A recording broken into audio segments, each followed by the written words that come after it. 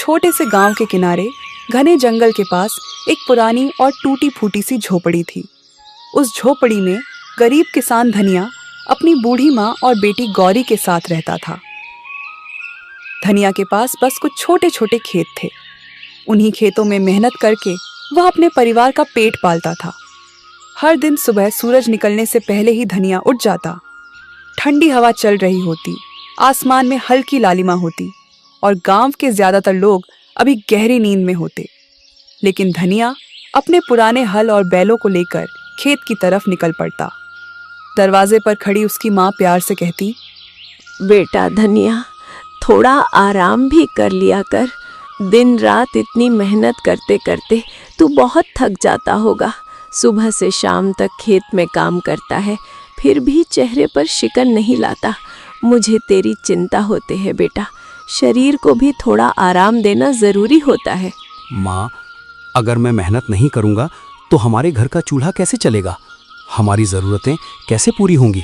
मुझे पता है मेहनत मुश्किल होती है, लेकिन यही हमारी ज़िंदगी का सहारा है। जब तक मेरे हाथ पैर चल रहे हैं मैं मेहनत करता रहूँगा, ताकि आपको कभी किसी चीज़ की कमी महसूस ना हो। तभी उसकी बेटी गौरी दौड़ते हुए आती और कहती, बाबा, जल्दी वापस आना, मैं आपका इंतजार करूंगी। देर मत करना, मुझे अच्छा लगता है जब आप जल्दी घर आ जाते हैं। धनिया अपनी बेटी के सिर पर प्यार से हाथ फेरता और खेत की ओर चल पड़ता। दिन भर वह खेत में पसीना बहाता रहता, कभी तेज धूप, कभी अचानक बारिश, लेकिन धनिया मेहनत करना कभी नहीं छोड़ता। धनिया ने कभी हार नहीं मानी। वह हमेशा अपनी माँ से कहता, ईश्वर ने हमें मेहनत करने के लिए हाथ दिए हैं। अगर हम सच्चे दिल से मेहनत करते रहेंगे तो एक ना एक दिन हमारी किस्मत जरूर बदलेगी। ईश्वर मेहनत करने वालों को कभी खाली हाथ नहीं लौटाते। माँ उसकी बात सुनकर चुपचाप भगवान से प्रार्थना करती।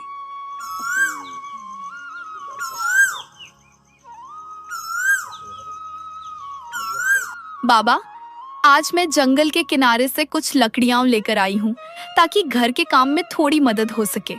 अकेली गई थी? बेटा, जंगल के किनारे अकेले जाना ठीक नहीं होता, वहाँ खतरा भी हो सकता है। हाँ बाबा, मैं अकेली ही गई थी। थोड़ा डर तो लगा था, लेकिन मैंने हिम्मत रखी। आप ही तो कहते हो कि डर के आगे हिम्मत रखनी चाहिए, इसलिए मैं बहादुर बनकर गई। धनिया थोड़ा चिंतित हो गया, क्योंकि गांव के लोग कहते थे कि जंगल के अंदर एक पुरानी गुफा है, जहां रात के समय अजीब अजीब आवाजें आती हैं। गांव वाले उस गुफा के पास जाने से डरते थे। बेटी, जंगल के अंदर ज्यादा मत जाना, वहाँ एक रहस्यमयी गुफा है। लोग कहते हैं वहाँ कुछ अजीब होता है, इसलिए उससे दूर ही रहना। धनिया भले ही गरीब था, लेकिन उसकी मेहनत और ईमानदारी पूरे इलाके में मशहूर थी।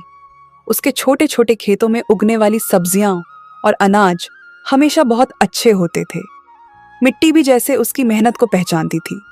वह अपनी फसल में कभी कोई मिलावट नहीं करता था, ना कोई दवा जरूरत से ज्यादा डालता, ना ही लालच में आकर अनाज में कुछ मिलाता। यही कारण था कि जब भी धनिया अपनी फसल लेकर बाजार जाता तो उसकी सब्जियां और अनाज पलक झपकते ही बिक जाते। अगर सच में शुद्ध और अच्छा अनाज चाहिए तो धनिया से ही लेना। उसका अनाज हमेशा साफ सुथरा और बढ़िया होता है, इसलिए गांव के लोग उसी पर भरोसा करते हैं। लेकिन धनिया कभी इसका फायदा उठाकर ज्यादा पैसे नहीं मांगता था। मेहनत का सही दाम मिल जाए, वही मेरे लिए बहुत बड़ी बात है। मैं ज़्यादा दौलत या बड़ी बड़ी चीज़ों की चाह नहीं रखता। बस इतना चाहता हूँ कि दिन भर की मेहनत के बाद जो अनाज मैं उगाता हूँ उसका सही मूल्य मिल जाए। अगर मेरी मेहनत से मेरे घर का चूल्हा जल जाए और मेरे परिवार का पेट भर जाए तो मुझे लगता है कि मेरी मेहनत सफल हो गई। मेरे लिए सच्ची खुशी और सुकून इसी में है कि इंसान ईमानदारी से मेहनत करे और उसी मेहनत की कमाई से अपना जीवन चलाए। इसी वजह से गरीब लोग भी अक्सर उसी से सामान खरीदते थे। लेकिन गांव में एक बहुत बड़ा और अमीर व्यापारी था। उसका नाम था लालाचंद सेठ। लालाचंद सेठ पूरे इलाके में अनाज और सब्जियों का बड़ा व्यापार करता था, लेकिन वह अक्सर मुनाफे के लिए मिलावट भी कर देता था और चीजों को बहुत महंगे दामों में बेचता था। जब लोगों ने धनिया से सामान खरीदना शुरू किया तो सेठ का व्यापार थोड़ा कम होने लगा। यह बात उसे बिल्कुल पसंद नहीं आई। एक दिन बाजार में उसने धनिया को देखते ही ताना मारा। अरे धनिया, तू किसान है या कोई संत? हर बार इतना सस्ता माल बेच देता है, इसलिए लोग तुझे हल्के में लेने लगे हैं। लेकिन याद रख, इस बाजार में असली फैसला मेरा चलता है। अगर तुम मेरे हिसाब से अनाज नहीं बेचेगा तो तेरा माल कोई नहीं खरीदेगा। फिर देखना तेरे घर का चूल्हा कैसे जलेगा। सेठ जी, मैं तो बस इतना चाहता हूँ कि मेरी मेहनत का सही दाम मिल जाए। मैंने दिन भर खेत में मेहनत की है, पसीना बहा है। अगर उस मेहनत का थोड़ा सा भी सही मूल्य मिल जाए तो मेरे लिए वही काफ़ी है। मैं किसी को धोखा देकर या गलत तरीके से पैसा नहीं कमाना चाहता। मेहनत का सही दाम मिल जाए वही मेरे लिए बहुत बड़ी बात है। बहुत बड़ी बड़ी बातें करने लगा है तू। सुन ले धनिया, इस बाजार में वही चलता है जो ताकतवर होता है। अगर तूने मेरी बात नहीं मानी तो मैं ऐसा हाल कर दूंगा कि तेरा अनाज बाजार में कोई नहीं खरीदेगा। फिर तू अपने घर बैठकर यही ईमानदारी की बातें करता रहना। बाजार में खड़े कुछ लोग यह सब सुन रहे थे। धनिया ने बस मुस्कुराकर अपनी फसल बेचनी जारी रखी। वह कभी किसी से झगड़ा नहीं करता था, लेकिन लालाचंद सेठ का गुस्सा दिन प्रतिदिन बढ़ता जा रहा था। कभी वह धनिया को सबके सामने नीचा दिखाने की कोशिश करता, कभी उसे गरीबी का ताना देता। फिर भी धनिया के चेहरे पर कभी शिकायत नहीं आती। शाम को जब वह घर लौटता तो उसकी बेटी गौरी दौड़ कर आ जाती। बाबा, आज बाजार कैसा रहा? क्या आज अनाज अच्छे दाम में बिका या फिर लोगों ने पहले की तरह मोल भाव किया? अच्छा रहा बेटी, भगवान की कृपा से आज लगभग सारा अनाज बिक गया। लोगों ने भरोसे से लिया और मेहनत का ठीक ठाक दाम भी मिल गया। घर में कमाई भले ही कम थी, लेकिन उस छोटे से घर में सुकून और प्यार बहुत था। बूढ़ी माँ, बेटी गौरी और धनिया तीनों साथ बैठकर सादा खाना खाते और बातें करते। बेटा, ईमानदारी से कमाया हुआ थोड़ा सा धन भी बहुत सुख देता है। जब कमाई सच्चाई और मेहनत से होती है तो मन को सुकून मिलता है और इंसान चैन से जी पाता है। माँ, हमें जितना मिला है उसी में खुश रहना चाहिए। लालच करने से कभी सच्ची खुशी नहीं मिलती, लेकिन मेहनत और संतोष से जीवन आसान और सुखी बन जाता है। लेकिन उसे क्या पता था कि लालाचंद सेठ का जलता हुआ दिल अब धीरे धीरे एक खतरनाक योजना बना रहा है। एक ऐसी योजना जो बहुत जल्द धनिया की जिंदगी को पूरी तरह बदलने वाली थी। लालाचंद सेठ की जलन अब इतनी बढ़ चुकी थी कि उसने धनिया को बर्बाद करने की ठान ली। एक रात जब पूरा गांव सो रहा था, सेठ ने अपने आदमियों को चुपके से धनिया के खेत में भेज दिया। उन्होंने खेत में ऐसी दवा डाल दी जिससे पूरी फसल धीरे धीरे खराब होने लगी।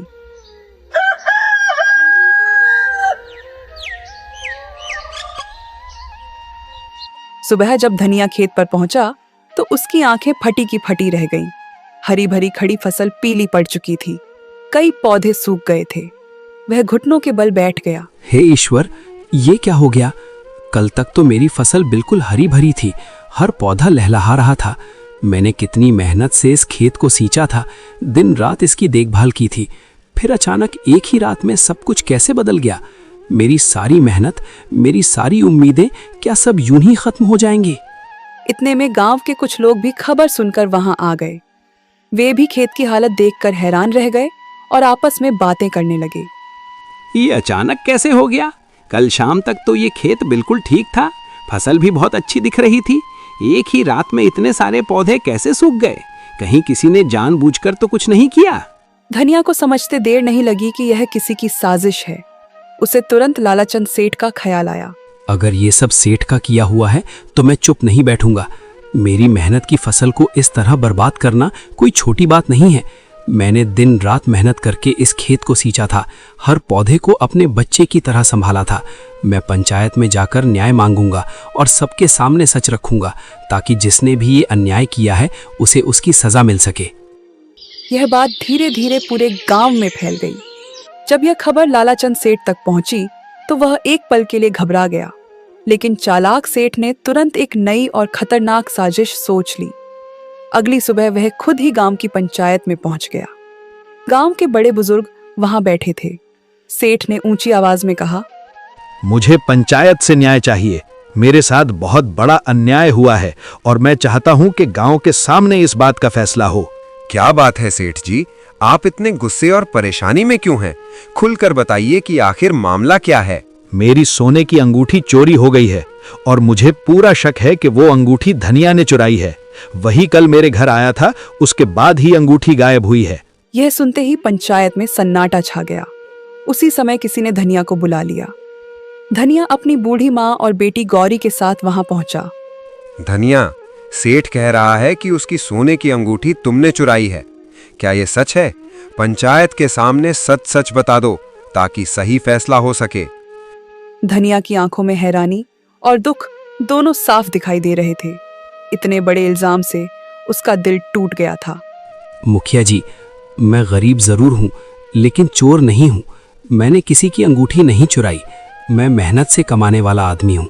किसी की चीज पर बुरी नजर डालना तो दूर, ऐसा सोच भी नहीं सकता। मेरा बेटा ऐसा काम कभी नहीं कर सकता। मैंने इसे हमेशा ईमानदारी और मेहनत की सीख दी है। ये किसी की चीज चुराने वाला नहीं है। अगर धनिया सच बोल रहा है तो फिर उसके घर की तलाशी ले ली जाए। पंचायत के सामने उसके घर को अच्छे से देख लिया जाए। अगर वहां मेरी अंगूठी नहीं मिली तो मैं भी मान जाऊंगा कि धनिया बेगुनाह है। पंचायत के लोग एक दूसरे का चेहरा देखने लगे। कुछ देर सोचने के बाद मुखिया ने कहा, सच जानने का एक ही तरीका है। हम सब अभी धनिया के घर चलेंगे और वहां अच्छी तरह तलाशी ली जाएगी। पंचायत के सामने सब कुछ साफ हो जाएगा और फिर उसी के अनुसार फैसला किया जाएगा। पंचायत के कई लोग, लालाचंद सेठ और गांव के कुछ और लोग धनिया के साथ उसके छोटे से घर की तरफ चल पड़े। धनिया की बूढ़ी माँ और छोटी बेटी गौरी भी डरते डरते उनके पीछे चल रही थी। धनिया का दिल बहुत तेज धड़क रहा था। उसे अपने ऊपर पूरा भरोसा था कि उसने कोई चोरी नहीं की। कुछ ही देर में सब लोग धनिया की झोपड़ी के सामने पहुंच गए। वह छोटी सी झोपड़ी थी, मिट्टी की दीवारें, ऊपर से घास फूस की छत और अंदर बहुत कम सामान। धनिया, हमें तुम्हारे घर की तलाशी लेनी पड़ेगी। पंचायत के सामने सच जानना जरूरी है, तभी इस मामले का सही फैसला हो पाएगा। मुखिया जी, मुझे किसी तलाशी से कोई डर नहीं है। आप पूरे घर की तलाशी ले लीजिए, हर कोना देख लीजिए। मेरे पास छुपाने के लिए कुछ भी नहीं है। अगर आपको अंगूठी मिल जाए तो पंचायत जो भी सजा देगी मुझे मंजूर होगी। लेकिन मैं फिर भी यही कहूँगा कि मैंने कोई चोरी नहीं की है। मैंने किसी की चीज को हाथ तक नहीं लगाया। पंचायत के 2-3 लोग झोपड़ी के अंदर गए। उन्होंने धीरे धीरे हर जगह देखना शुरू किया। कभी पुराने बर्तन उठाकर देखते, कभी कोने में रखी टोकरी को उलटते, कभी खाट के नीचे झांकते। धनिया बाहर खड़ा सब देख रहा था। उसकी माँ ईश्वर का नाम जप रही थी। कुछ देर तक तो कुछ भी नहीं मिला। धनिया के दिल में थोड़ी उम्मीद जागने लगी। लेकिन तभी एक आदमी ने अचानक जोर से आवाज लगाई, रुको, यहाँ कुछ चमक रहा है, जरा देखो तो सही। अरे, ये तो सोने की अंगूठी है। एक पल के लिए पूरा माहौल सन्न रह गया। देखा, मैंने कहा था ना, यही चोर है। अब सबके सामने सच आ गया। अंगूठी इसके ही घर से मिली है। नहीं, ये अंगूठी मेरी नहीं है। मैंने इसे कभी नहीं देखा। मुझ पर झूठा इल्जाम लगाया जा रहा है। ये झूठ है। मेरा बेटा ऐसा नहीं कर सकता। किसी ने जानबूझकर हमारे घर में ये अंगूठी रखी है ताकि धनिया को बदनाम किया जा सके। लालाचंद सेठ के चेहरे पर तुरंत नकली हैरानी आ गई। लेकिन अब पंचायत के लोग एक दूसरे की तरफ देखने लगे, क्योंकि अंगूठी सच में धनिया के घर से मिली थी। अब तो सबूत भी मिल गया। ऐसे आदमी को हमारे गांव में रहने का कोई हक नहीं है। जो चोर है उसे सख्त सजा मिलनी चाहिए ताकि दूसरे भी डरे। मैंने चोरी नहीं की। मुझ पर भरोसा कीजिए, मैं कभी किसी की चीज नहीं चुराऊंगा। ये सब झूठा इल्जाम है। लेकिन उसकी बात सुनने वाला कोई नहीं था। गांव वाले लालाचंद की तरफ देखकर सिर हिला रहे थे और किसी ने धनिया की ओर ध्यान ही नहीं दिया। अगर आज ऐसे चोर को सजा नहीं मिली तो कल कोई भी आदमी चोरी करने लगेगा। गांव की शांति और नियमों की रक्षा के लिए मैं इसे बर्दाश्त नहीं कर सकता। कोई भी ऐसा काम करे तो उसका अंजाम यही होना चाहिए ताकि बाकी लोग सबक सीखें। ऐसे आदमी को गांव से निकाल देना चाहिए। इसे यहाँ रहने का कोई हक नहीं। धनिया, पंचायत के सामने ये मामला बहुत गंभीर है। तुम्हारे घर से अंगूठी मिली है और यही सबसे बड़ा सबूत माना जा रहा है। हमारे पास इसी आधार पर फैसला करना होगा। हमें सच जानना है और उसी अनुसार न्याय करना है। मैंने चोरी नहीं की। मुझ पर भरोसा कीजिए, मैं कभी किसी की चीज नहीं चुराऊंगा। ये सब झूठा इल्जाम है। मुखिया जी, मैं गरीब जरूर हूँ, लेकिन चोर नहीं हूँ। मैंने किसी की चीज हाथ नहीं लगाई। किसी ने जानबूझकर मुझे फंसाया है ताकि मुझे बदनाम किया जा सके। लेकिन पंचायत के कई लोग अब सेठ की बातों में आ चुके थे। ऐसे आदमी को गांव से निकाल देना चाहिए। इसे यहाँ रहने का कोई हक नहीं। मत करो ऐसा, हम कहाँ जाएंगे? हमारा तो यही एक घर है, यही हमारी जिंदगी है। पंचायत का निर्णय है कि धनिया को चोरी के अपराध में आज से इस गांव से निकाल दिया जाए। ये फैसला गांव की शांति और कानून के लिए लिया गया है। यह सुनते ही धनिया जैसे पत्थर का बन गया। उसकी माँ की आंखों से आंसू बहने लगे। गौरी रोने लगी। धनिया, तुम्हें आज ही इस गांव को छोड़ना होगा। अब से इस गांव में तुम्हारा कोई हक या अधिकार नहीं रहेगा, ना खेतों पर, ना पानी के स्रोतों पर, ना किसी भी गांव की किसी सुविधा पर। यह कठिन निर्णय है, लेकिन पंचायत के आदेश के मुताबिक इसे मानना ही पड़ेगा।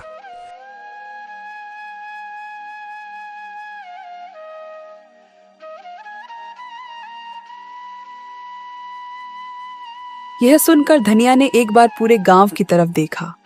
वह वही गांव था जहां उसने बचपन बिताया था, जहां उसके पिता रहते थे, जहां उसने अपने खेतों में दिन रात मेहनत की थी।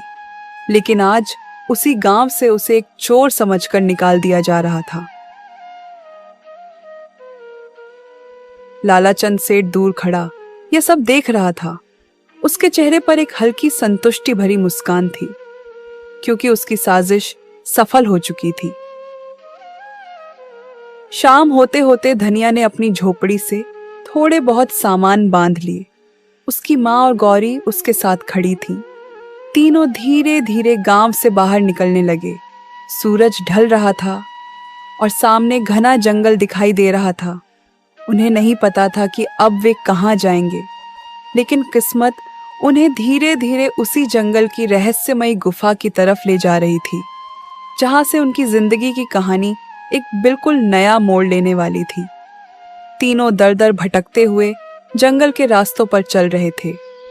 कभी दूर से किसी पक्षी की आवाज आती, कभी झाड़ियों में कोई जानवर सरसराता।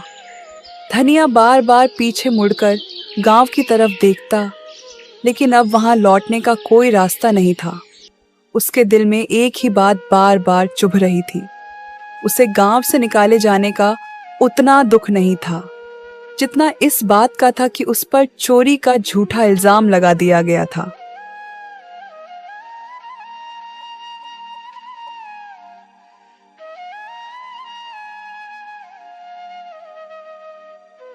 माँ, गौरी, हम कहाँ जाएंगे? हे ईश्वर, मैंने कभी किसी का बुरा नहीं किया, किसी का अधिकार नहीं छीना, किसी को दुख नहीं दिया। फिर भी आज मुझे चोर समझ लिया गया, मेरी मेहनत और ईमानदारी पर शक किया गया। लेकिन मैं जानता हूं कि सच्चाई अंततः जीतती है और आपकी न्यायपूर्ण दृष्टि के सामने किसी का छल और अन्याय टिक नहीं सकता। उसकी आंखें भर आईं, लेकिन वह अपने आंसू अपनी माँ और बेटी के सामने छुपा रहा था। तभी गौरी ने धीरे से कहा, बाबा, मुझे याद है जब मैं जंगल से लकड़ियां लेने आती थी तो रास्ते में एक बहुत बड़ा पेड़ है। उसका तना इतना चौड़ा है कि उसके नीचे हम लोग आराम से रात बिता सकते हैं। वहाँ थोड़ा सा खुला मैदान भी है। सच कह रही हो बेटी? इतना बड़ा पेड़ है कि हम सब वहाँ आराम से रात बिता सकते हैं? हाँ बाबा, वहाँ जमीन भी साफ है और सुरक्षित लगती है। अगर आप चाहें तो हम आज की रात वहीं रुक सकते हैं। मैं आपको रास्ता दिखा दूंगी। धनिया ने अपनी माँ की तरफ देखा। बूढ़ी माँ बहुत थक चुकी थी। बेटा, अगर सच में ऐसा बड़ा और सुरक्षित पेड़ है तो वहीं चलकर थोड़ा आराम कर लेते हैं। रास्ते में थकान भी कम होगी और हम सब एक साथ ठहरकर रात गुजार सकते हैं। तीनों उसी दिशा में चल पड़े। कुछ देर बाद सच में उन्हें एक बहुत बड़ा और पुराना पेड़ दिखाई दिया। उसकी मोटी जड़ें जमीन से बाहर निकली हुई थीं और उसकी शाखाएं चारों तरफ फैली हुई थीं। पेड़ इतना बड़ा था कि उसके नीचे काफी जगह खाली थी। धनिया ने चारों तरफ देखा। जंगल धीरे धीरे अंधेरे में डूब रहा था। आज की रात हम यहीं रुकेंगे। यहाँ ठहरना सुरक्षित रहेगा और थोड़ी देर आराम भी हो जाएगा। बाबा, आप और दादी यहीं आराम से बैठिए, मैं थोड़ी देर में वापस आती हूँ। कहाँ जा रही हो बेटी इतनी रात में? पास में कुछ फल वाले पेड़ हैं, मैं दादी के लिए ताजा और मीठे फल लेकर आती हूँ। जल्दी आ जाऊंगी बाबा। धनिया कुछ कह पाता उससे पहले ही गौरी पास की झाड़ियों की तरफ चली गई। थोड़ी देर बाद वह वापस लौटी। उसके हाथों में कुछ जंगली फल थे। उसने वे फल अपनी दादी के हाथ में रख दी। बेटी, तू खुद खा ले, मुझे कोई फर्क नहीं पड़ेगा। पहले आप खाइए दादी, आप सबसे ज्यादा थकी हुई हैं। मैं तब तक इंतजार कर लूंगी, आपका पेट भरा होना जरूरी है। बाबा, आप दुखी मत होइए, आपने कभी कुछ गलत नहीं किया। सब जानते हैं कि आप सच्चे और ईमानदार इंसान हैं। एक दिन जरूर आएगा जब सबको सच पता चल जाएगा और तब सभी लोग समझेंगे कि आप बेगुनाह हैं। अपनी बेटी यह बात सुनकर धनिया की आंखें भर आईं। बूढ़ी माँ आसमान की तरफ देख रही थी। तारों से भरा आसमान जैसे उन्हें दिलासा दे रहा था। पेड़ के नीचे बैठे बैठे काफी समय बीत चुका था। रात धीरे धीरे गहरी होने लगी थी। आसमान में काले बादल घिर आए थे और ठंडी हवा चलने लगी थी।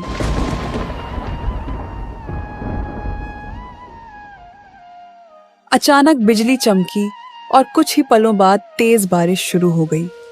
पहले तो हल्की हल्की बूंदें गिरने लगीं, लेकिन देखते ही देखते बारिश बहुत तेज हो गई।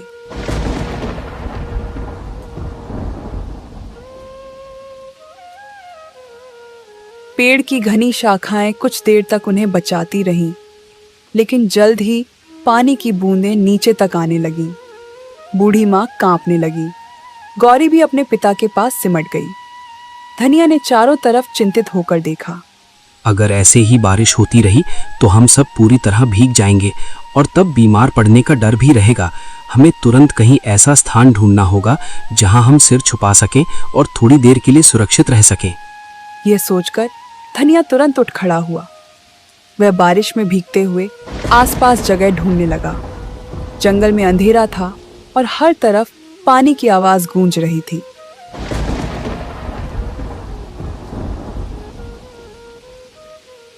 कुछ देर तक इधर उधर देखने के बाद अचानक उसकी नजर थोड़ी दूर पहाड़ी के पास बने एक अंधेरे से मुंह पर पड़ी। वह ध्यान से देखने लगा। बारिश की चमकती बिजली में उसे साफ दिखाई दिया। वह एक गुफा थी। धनिया जल्दी से अपनी माँ और गौरी के पास आया और बोला, चलो, मुझे सामने एक गुफा दिखाई दे रही है। वहां जाकर हम बारिश से बच सकते हैं और थोड़ा आराम कर सकते हैं। जल्दी चलते हैं, बारिश तेज हो रही है। तीनों जल्दी जल्दी उस तरफ चल पड़े। कुछ ही देर में वे उस गुफा के अंदर पहुंच गए। गुफा अंदर से काफी बड़ी थी। सबसे अच्छी बात यह थी कि गुफा के अंदर न तो पानी टपक रहा था और न ही तेज हवा आ रही थी। बाहर जोरदार बारिश हो रही थी, लेकिन गुफा के अंदर एक अजीब सी शांति थी, जैसे यह जगह उन्हें सुरक्षित रखने के लिए ही बनी हो। धनिया ने राहत की सांस ली। कम से कम आज की रात हम यहाँ आराम से गुजार सकते हैं। धीरे धीरे थकान के कारण तीनों वहीं बैठते बैठते सो गए।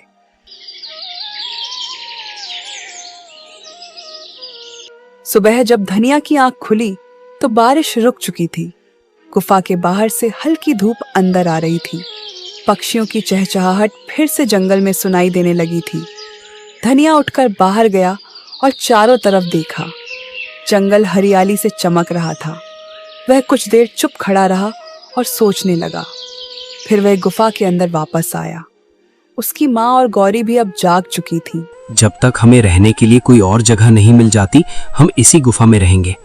बूढ़ी माँ ने सहमति में सिर हिलाया। गौरी भी खुश हो गई। बाबा, यह जगह तो अच्छी है। यहाँ हमें बारिश और हवा से भी डर नहीं लगेगा।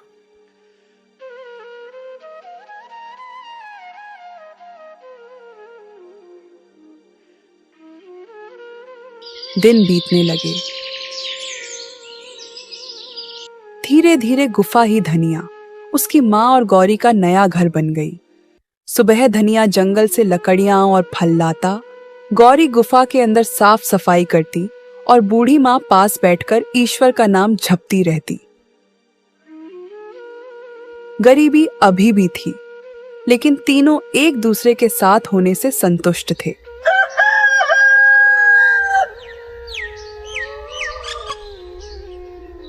एक दिन सुबह गौरी गुफा के अंदर झाड़ू लगा रही थी। वह धीरे धीरे गुफा के कोने कोने की धूल साफ कर रही थी।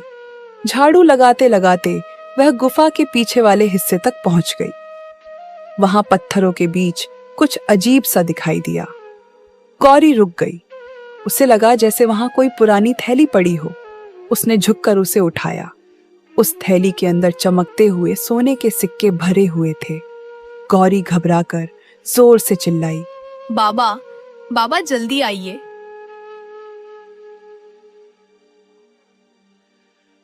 क्या हुआ बेटी? गौरी ने कांपते हाथों से वह थैली अपने पिता को दिखाई। धनिया ने जब अंदर देखा तो वह भी कुछ पल के लिए हक्का बक्का रह गया। थैली में सचमुच बहुत सारे सोने के सिक्के थे। बूढ़ी माँ भी पास आ गई। लगता है भगवान ने हमारी सच्चाई और हमारे दुखों को देखकर हम पर दया की है। उसने हमें कठिन समय में सहारा दिया, हमारी मेहनत और ईमानदारी को महत्व दिया और अब हमें सुख, सुरक्षा और सम्मान मिला है। सच में उसकी कृपा से ही आज हमारा परिवार खुशहाल और सुरक्षित है। धनिया कुछ देर तक चुप खड़ा रहा। उसकी आंखों में आंसू आ गए।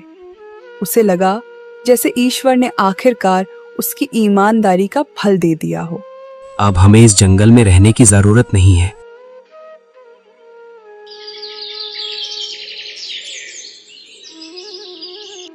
कुछ ही दिनों में धनिया ने उन सिक्कों में से थोड़ा सा इस्तेमाल करके पास के एक दूसरे गांव में छोटा सा घर खरीद लिया। वह अपनी माँ और गौरी के साथ वहां रहने लगा। धीरे धीरे उसने फिर से छोटा सा खेत भी ले लिया और मेहनत करने लगा। अब उनकी जिंदगी पहले से कहीं बेहतर हो गई थी। घर में खुशहाली लौट आई थी। बूढ़ी माँ अक्सर ईश्वर को धन्यवाद देती, लेकिन कुछ ही समय में धनिया के अमीर बनने की खबर दूर दूर तक फैल गई। यह बात आखिरकार लालाचंद सेठ के कानों तक भी पहुंच गई। जब उसने सुना कि जिसे उसने गांव से निकलवा दिया था वही धनिया अब अमीर हो गया है, तो वह एकदम हक्का बक्का रह गया। वह गुस्से और हैरानी से बोला, ये कैसे हो सकता है? वो गरीब किसान जिसने कभी किसी से कुछ नहीं लिया, इतना मेहनती और ईमानदार रहा, अब इतना अमीर कैसे बन गया? ये तो किसी ने सोचा भी नहीं होगा। सेठ को जल्द ही पता चल गया कि धनिया को जंगल की गुफा में सोने के सिक्के मिले थे। यह सुनते ही लालाचंद सेठ की आंखों में लालच चमकने लगा। अगर सच में उस गुफा में सोने की सिक्कों की थैली मिली थी, तो इसका मतलब यह है कि वहां और भी खजाने छुपे हुए हो सकते हैं। शायद वो गुफा किसी पुराने राजाओं या अमीर व्यक्तियों का खजाना रही हो। अगर मैं जल्दी ही वहां पहुंचूं और सारी चीजें खोज लूं, तो मैं भी अमीर बन सकता हूं। हाँ, यही मौका है जो कभी दोबारा नहीं मिलेगा। इस बार मैं किसी को रोकने नहीं दूंगा और खुद ही सब कुछ अपने नाम कर लूंगा। लालच से भरा हुआ सेठ उसी समय जंगल की तरफ निकल पड़ा। वह जल्दी जल्दी उस गुफा के पास पहुंचा जहां कभी धनिया रहा करता था। गुफा अब शांत और खाली थी। सेठ की आंखों में लालच साफ दिखाई दे रहा था। वह तेजी से गुफा के अंदर जाने लगा। उसे बस एक ही चीज चाहिए थी, खजाना। लेकिन उसे यह नहीं पता था कि लालच में उठाया गया उसका यह कदम उसकी जिंदगी का सबसे बड़ा सबक बनने वाला है। वो मन ही मन सोच रहा था, अगर धनिया को यहाँ सोने के सिक्के मिले थे, तो जरूर यहाँ और भी खजाना होगा। लालच में वह गुफा के अंदर और गहराई तक जाने लगा। कुछ देर बाद अचानक उसकी नजर एक पत्थर के पीछे पड़ी एक पुरानी थैली पर गई। सेठ जल्दी से वहां दौड़ा। उसने थैली उठाकर खोली और जैसे ही अंदर देखा, उसकी आंखें चमक उठी। उस थैली में भी सोने के कई सिक्के भरे हुए थे। आज तो मेरी किस्मत खुल गई। आखिरकार मेहनत और भाग्य दोनों मेरे साथ हैं। अब मैं वही कर सकता हूं जो हमेशा चाहता था, इतना धन जमा करूं कि कोई मुझसे टक्कर भी न ले सके। सेठ खुशी से हंस पड़ा। उसने जल्दी से वह थैली हाथ पर रख ली। अब वह गुफा से बाहर निकलने के लिए मुड़ा, लेकिन जैसे ही वह आगे बढ़ा, उसे अचानक एहसास हुआ कि उसे बाहर जाने का रास्ता समझ नहीं आ रहा था। गुफा के अंदर कई छोटे छोटे रास्ते थे। सेठ एक रास्ते पर गया, फिर वापस लौटा, फिर दूसरे रास्ते पर गया, लेकिन हर रास्ता उसे फिर उसी जगह पर ले आता। धीरे धीरे शाम होने लगी। सेठ घबराने लगा। वह तेजी से इधर उधर भागने लगा, लेकिन उसे गुफा से बाहर निकलने का रास्ता नहीं मिल रहा था। पहला दिन बीत गया। दूसरे दिन भी सेठ उसी गुफा में भटकता रहा। उसके पास खाने को कुछ नहीं था। प्यास और डर से उसकी हालत खराब होने लगी। तीसरा दिन भी गुजर गया। अब सेठ पूरी तरह थक चुका था। वह एक पत्थर के सहारे बैठ गया। उसके मन में अचानक एक ख्याल आया। वह धीरे धीरे खुद से बोलने लगा, शायद यही मेरे लालच की सजा है। मैंने सिर्फ अपना फायदा सोचा और दूसरों की परवाह नहीं की। अब ये सोना मेरे हाथों में है, लेकिन ऐसा लग रहा है जैसे ये मुझे बंधक बना रहा है। शायद जब तक मैं इसे पकड़े रहूंगा, तब तक मैं इस गुफा से बाहर नहीं निकल पाऊंगा। ये खजाना मेरे लिए वरदान नहीं, बल्कि एक फंदा बन गया है, और अब मुझे इसका सामना करना ही पड़ेगा।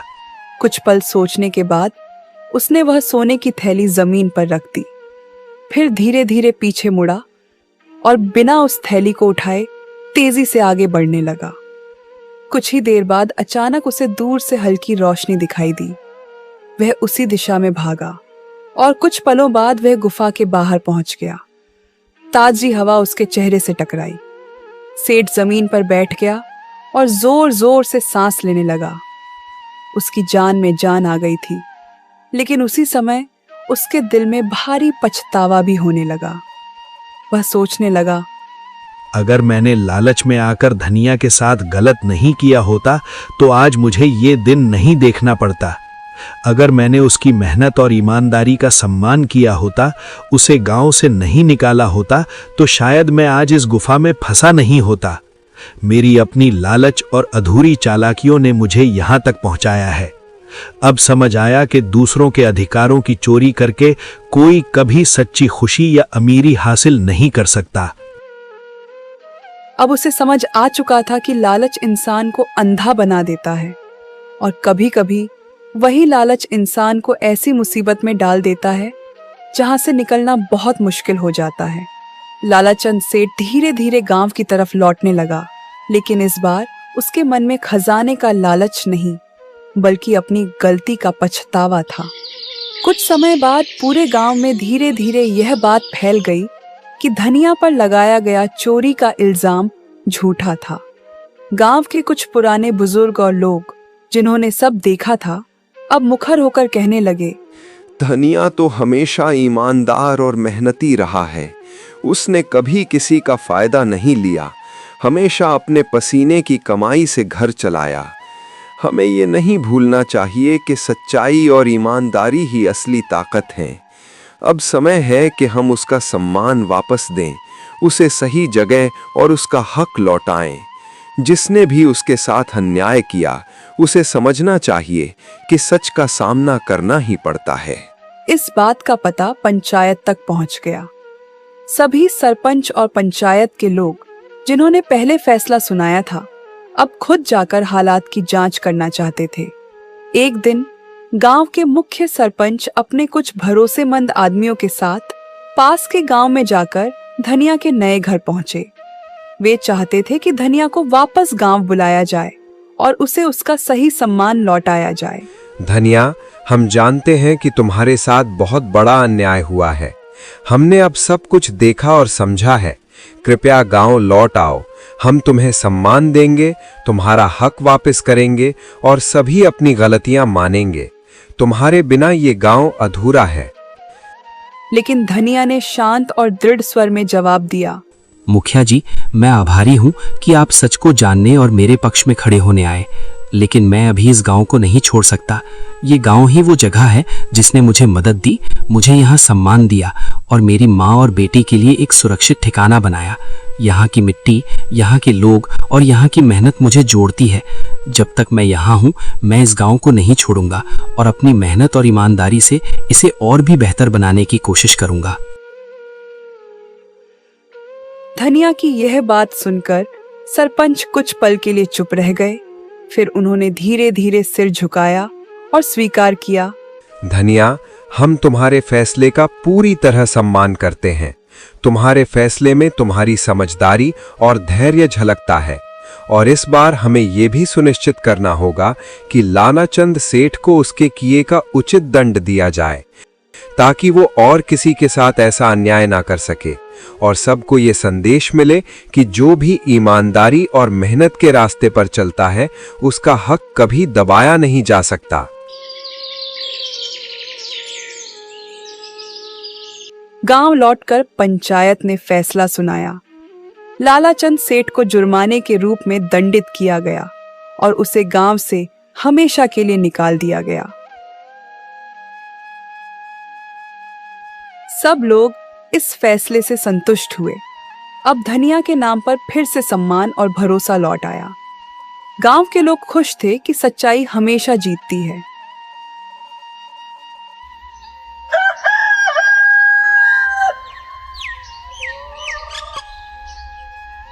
धनिया की माँ और गौरी भी अपने बेटे और पिता के गौरव से खुश थीं। धनिया अब अपने गांव में सुरक्षित और सम्मानित रह सकता था। वह जानता था कि ईमानदारी और मेहनत का फल देर से सही लेकिन निश्चित रूप से मिलता है।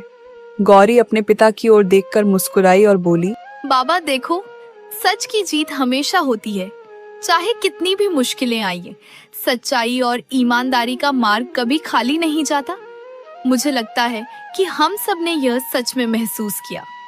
हाँ बेटी, और यही सीख हमें हमेशा याद रखनी चाहिए। ईमानदारी, मेहनत और सच्चाई का मार्ग ही असली ताकत है। अगर हम इसे अपनाएं तो कोई भी चुनौती हमें नहीं हरा सकती। यही रास्ता हमें सही मंजिल तक ले जाता है। और इस तरह धनिया, उसकी माँ और गौरी ने अपने नए घर में खुशी खुशी जीवन बिताना शुरू किया। साथ ही गांव में उनका सम्मान और प्यार हमेशा बरकरार रहा।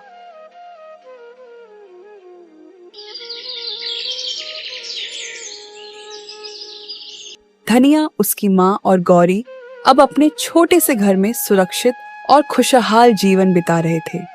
घर में चारों तरफ हल्की धूप और हरियाली की खुशबू थी। बाबा देखो, अब हमारे पास अपना घर है और हम पूरी तरह सुरक्षित हैं। मैं बहुत खुश हूँ कि हम सब साथ हैं और अब डर नहीं लगता। हाँ बेटी, ये सब तुम्हारी हिम्मत, समझदारी और सच्चाई की वजह से संभव हुआ। हमारा घर अब सिर्फ ईंट पत्थर का नहीं रह गया है, ये प्यार, विश्वास और ईमानदारी का घर बन गया है। यहाँ हर कोना हमारी मेहनत और अच्छाई की गवाही देता है। बेटा, तुमने हमेशा मेहनत और ईमानदारी को चुना। आज यही हमें सबसे बड़ी खुशियां दे रही हैं। तुम्हारे कारण हमारा परिवार सुरक्षित और खुशहाल है। गौरी, याद रखना, किसी भी मुश्किल में डरना नहीं, हमेशा सच का साथ देना और नेक दिल रहना, यही हमें सही रास्ता दिखाता है और हर संकट में हमारी मदद करता है। हाँ बाबा, मैं हमेशा सच और ईमानदारी का मार्ग चुनूंगी। हम सब मिलकर इस घर को खुशियों, प्यार और सुरक्षा का घर बनाए रखेंगे। आज हमारे घर में सिर्फ सुख और प्यार है। अब हम कभी किसी झूठ, लालच या डर से परेशान नहीं होंगे। हमारी मेहनत, सच्चाई और हिम्मत हमें हमेशा मजबूत बनाए रखेगी। घर के चारों कोनों में खुशियों की गूंज थी। खिड़कियों से हल्की हवा आती और पक्षियों की चहचहाहट घर में संगीत की तरह गूंजती। गौरी अपने पिता के पास बैठकर मुस्कुरा रही थी। धनिया अपने खेत और घर की ओर देखकर संतोष महसूस कर रहा था और उसकी माँ दोनों के बीच बैठकर शांत और गर्वित थी। अब उनके जीवन में सच्चाई, मेहनत और ईमानदारी का फल हर रोज दिखाई देता था और यह घर हमेशा खुशियों और प्यार से भरा रहता। धनिया ने साबित कर दिया कि सच्चाई और ईमानदारी कभी हारती नहीं। समय चाहे जितना कठिन क्यों ना हो, अंत में जीत हमेशा सच की ही होती है। आपको ये कहानी कैसी लगी कमेंट करके बताइए। धनिया के नाम 2 प्यारी से लाइंस जरूर लिखें।